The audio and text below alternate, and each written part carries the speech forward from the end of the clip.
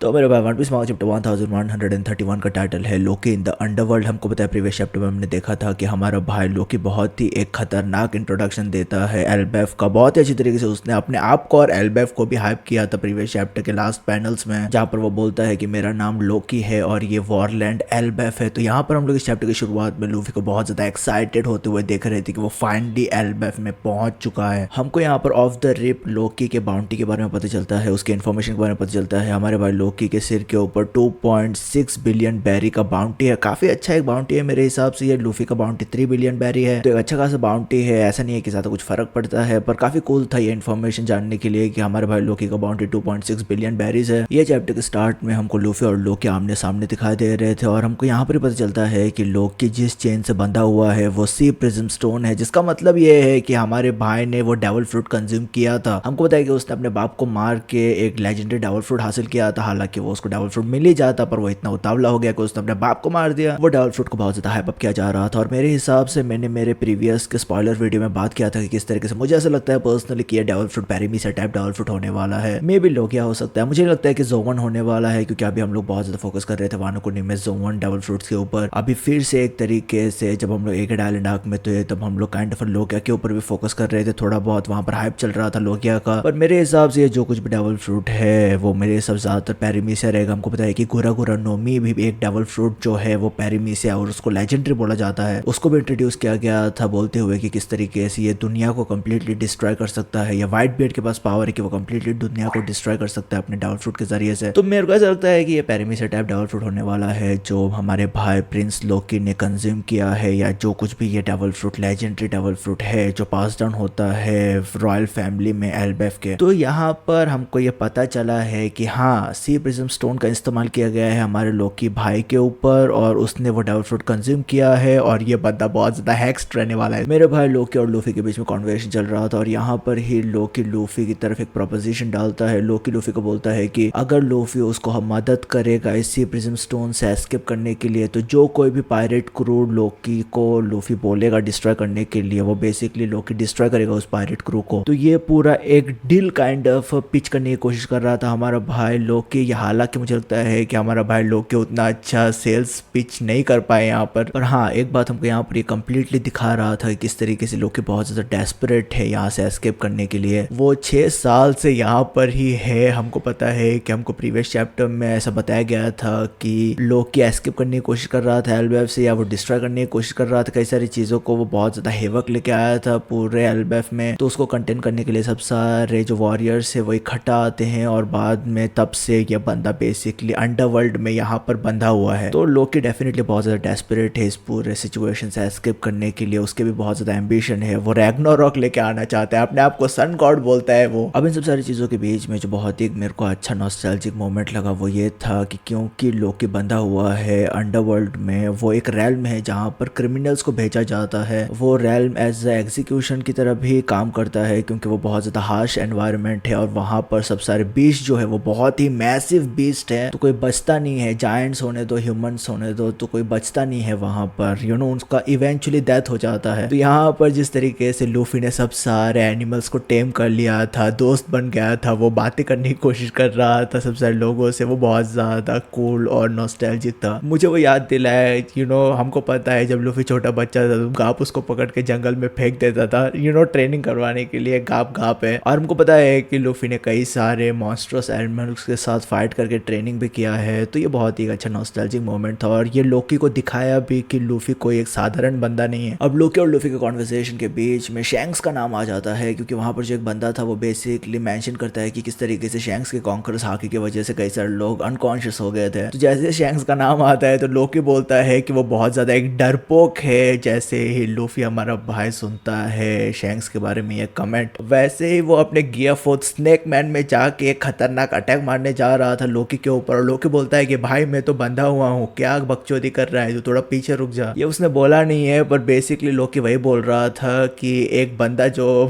इंसान बंधा हुआ है जो कुछ कर नहीं सकता है, फाइट बैक नहीं कर सकता है, तो उसको क्यों मार रहा है। तो लूफी बेसिकली स्टॉल करता है अपने अटैक को, वो हिट नहीं करता है लोकी को। पर लूफी उसको क्लियरली बोलता है, लूफी लोकी को क्लियरली बोलता है मुझे फर्क नहीं पड़ता है तू बंदा है, तू मुर्दा है, तू जिंदा है, उसको कुछ भी फर्क नहीं पड़ता है। इस तरीके का कमेंट करेगा वो तो डेफिनेटली जिस जगह पे है जिस पेड़ के साथ उसको बांधा गया है उसी पेड़ में गाड़ देगा, ऐसा लूफी बोलता है। बहुत ही एक सैवेज कमेंट था लूफी का, मैं बोलूंगा कि बहुत ही खतरनाक सैवेज कमेंट था ये। पर हाँ यार लूफी शैंक्स के तरफ डिसरिस्पेक्ट टॉलरेट नहीं करता है। लूफी यहाँ पर लोकी को क्वेश्चन पूछता है जो एक ऑब्वियस सा क्वेश्चन था कि किस तरीके का रिलेशनशिप है लोकी और शैंक्स के बीच में, प्लस शैंक्स एल्बेफ में क्यों आया था ये हमको भी पता नहीं एक्चुअल में। ठीक है, हमने शैंक्स को एल्बेफ में देखा, हमने देखा कि शैंक्स ने एक तरीके से मार ली थी हमारे भाई कैप्टन किड की, वो अभी तक मैं भूल नहीं पाता हूँ यार, और मेरे को मेंशन करना ही पड़ता है वो। ठीक है, पर हमारा भाई शैंक्स एल्बेफ में था क्यों हमको पता नहीं है। मे भी वो अपना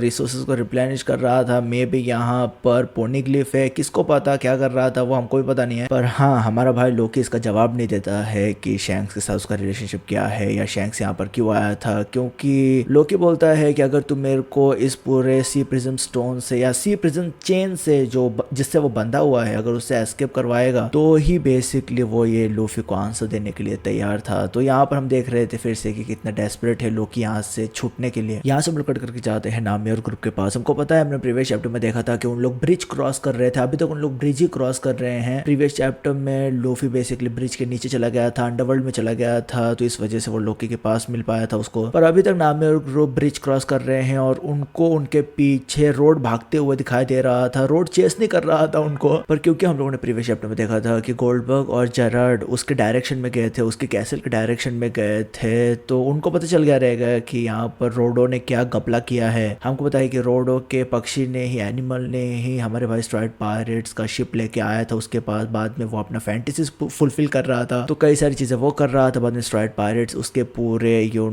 फैटिश या जो कुछ भी उसने दुनिया क्रिएट किया था उसमें से बाहर आते हैं और बाद में चीज एस्केलेट होता है। तो यहाँ पर गोल्डबर्ग और जेरार्ड रोडो का पीछा कर रहे हैं और हम देखते हैं कि गोल्डबर्ग के हाथ में हमारे भाई स्ट्राइड पायरेट्स का पूरा शिप है, तो उसको लेके भाग रहे हैं उन लोग। तो वो उस पूरे सीन में वो चल रहा था। यहाँ पर स्ट्राइड पायरेट्स उस ब्रिज को क्रॉस करने की कोशिश कर रहे हैं जल्द से जल्द ताकि उन लोग पकड़े ना जाएं। हमको यहाँ पर अंडरवर्ल्ड में हजरुद्दीन भी दिखाई दे रहा है। हजरुद्दीन यहाँ पर बेसिकली एक एनिमल को हंट कर रहा था, क्योंकि जो अंडरवर्ल्ड में एनिमल्स है वो सब सारे अच्छे मीट होते हैं, अच्छे एक्सक्विजिट मीट होते हैं। तो हजरुद्दीन बेसिकली ट्रीट देना चाहता है स्ट्राइड पायरेट्स को, क्योंकि हमको पता है कि वो बंदा ग्रैंड फ्लीट का हिस्सा है। और हमको ये भी पता है कि हजरुद्दीन बेसिकली कैप्टन है न्यू जायंट पायरेट्स का, जिसमें गोल्डबर्ग, जेरार्ड, स्टैनसन और रोडो भी आते हैं। तो बहुत ही एक अच्छा मेरे को लगता है कि मुलाकात भी होगा, काइंड ऑफ एक अच्छा चीज रहेगा जब हजरुद्दीन, डोरी और ब्रॉगी सब सारे लोग आमने सामने आएंगे। अब जब हम लोग रीयूनियन के बारे में बात करते हैं तो ये चैप्टर बहुत ही एक खतरनाक रीयूनियन को हाइप करते हुए खत्म होता है, जहां पर हम लोग निको रॉबिन को उसके kind of pre time skip के लुक में दिखाई देते हैं। हमारा भाई ब्रूक एक फ्रेश कट देता है निको रॉबिन को। ब्रूक का मतलब ब्रूक्स मतलब मल्टी टैलेंटेड है यार, वो स्पोर्ट्समैन है, गाता है, पैंटिस जोक मारता है, बाद में वो स्कल जोक मारता है, सब सारी चीजें करता है हमारा भाई ब्रूक। ठीक है, तो ब्रूक ने बहुत एक फ्रेश हेयर कट दिया है निको रॉबिन को, और निको रॉबिन अभी मिलना चाहती है जैगुआर डी सॉल को। ये बहुत ही एक खतरनाक रीयूनियन रहेगा। ये चैप्टर फाइनली खत्म होता है हमारे भाई सॉल के न्यूज के साथ, जैगुआर डी सॉल के न्यूज के साथ। कोई एक जायंट बोलता है कि जैगुआर डी सॉल फेंट हो चुका है। हम देख रहे हैं कि जो जायंट्स का शिप है वो अप्रोच कर रहा है एल्बेफ की तरफ। तो हमको नेक्स्ट चैप्टर में maybe Jaguar D Saul और निको रॉबिन आमने सामने आते हुए दिखाई दे। बहुत ही इमोशनल रियूनियन रहेगा यार। मेरे को ज्यादा कुछ बात करने की जरूरत भी नहीं, तुझको पता है कि इसका ग्रेविटी क्या है, तुझको पता है कि इसके मायने क्या रखते हैं। निको रॉबिन के कैरेक्टर डेवलपमेंट में, कैरेक्टर नरेशन में, जिस तरीके से उसका कैरेक्टर प्रोग्रेस हुआ है, जिस तरीके से उसने हार्डशिप को डील किया है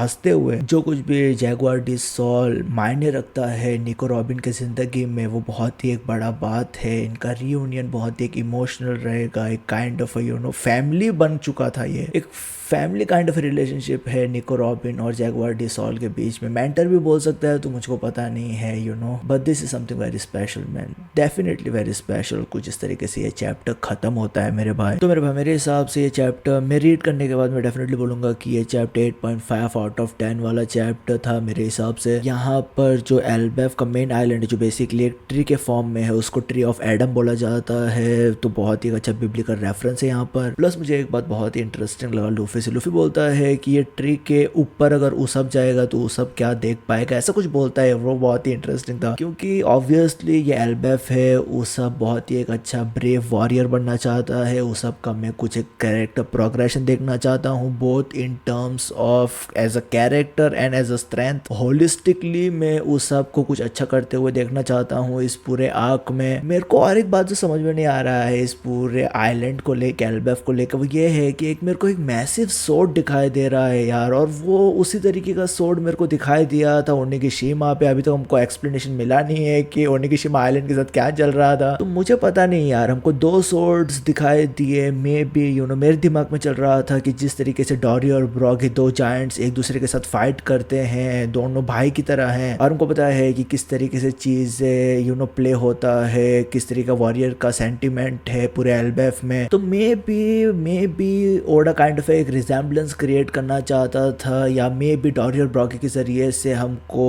ओडा एक ग्रैंडर पर्सपेक्टिव, ग्रैंडर पिक्चर देना चाहता है एल्बेफ का। मे बी ऐसा हो सकता हो कि एंशिएंट टाइम में मे बी 2 मैसिव वॉरियर्स, बहुत ही लेजेंडरी वॉरियर्स एल्बेफ के भिड़े हुए हो एक दूसरे के साथ, ऐसा कुछ हुआ हो और उनका ही वो सोर्ड है। मुझको पता नहीं है, बट डेफिनेटली मैं जानना चाहता हूँ कि वो सोर्ड किसका है। उम्मीद करता हूँ कि जिस तरीके से हम लोग ओनिगिशिमा आइलैंड में से चले गए थे, हमको एक्सप्लेनेशन नहीं मिला था कि वो सोर्ड किसका है, क्या है, काइंड ऑफ हाइप क्रिएट किया गया था ओनिगिशिमा को लेके। पर मैं हाँ जानना चाहता हूँ यहाँ पर, तो मैं जानना चाहता हूँ एल्बेफ में सब सारी चीज़ों को लेके। और मुझे लगता है कि जब हम लोग ट्री के ऊपर पहुँचेंगे, सबसे एलिवेटेड जगह पे पहुंचेंगे, तब मुझे लगता है कि हमको सन गॉड के बारे में भी पता चलेगा। ठीक है, सन गॉड के हिस्ट्री के बारे में पता चलेगा, लेजेंड के बारे में पता चलेगा कि क्या है वो। और मेरे को फिर से यहाँ पर जब हम लोग बात करते हैं ट्री को ऊपर जाते हुए एलिवेटेड जगह पे, सबसे ऊपर क्या है इस पूरे ट्री के, जब हम लोग उस तरीके से बातें करते हैं, तब मेरे को स्काइपिया का भी याद आता है। तुझको पता है कि वो बैल एकदम ऊपर था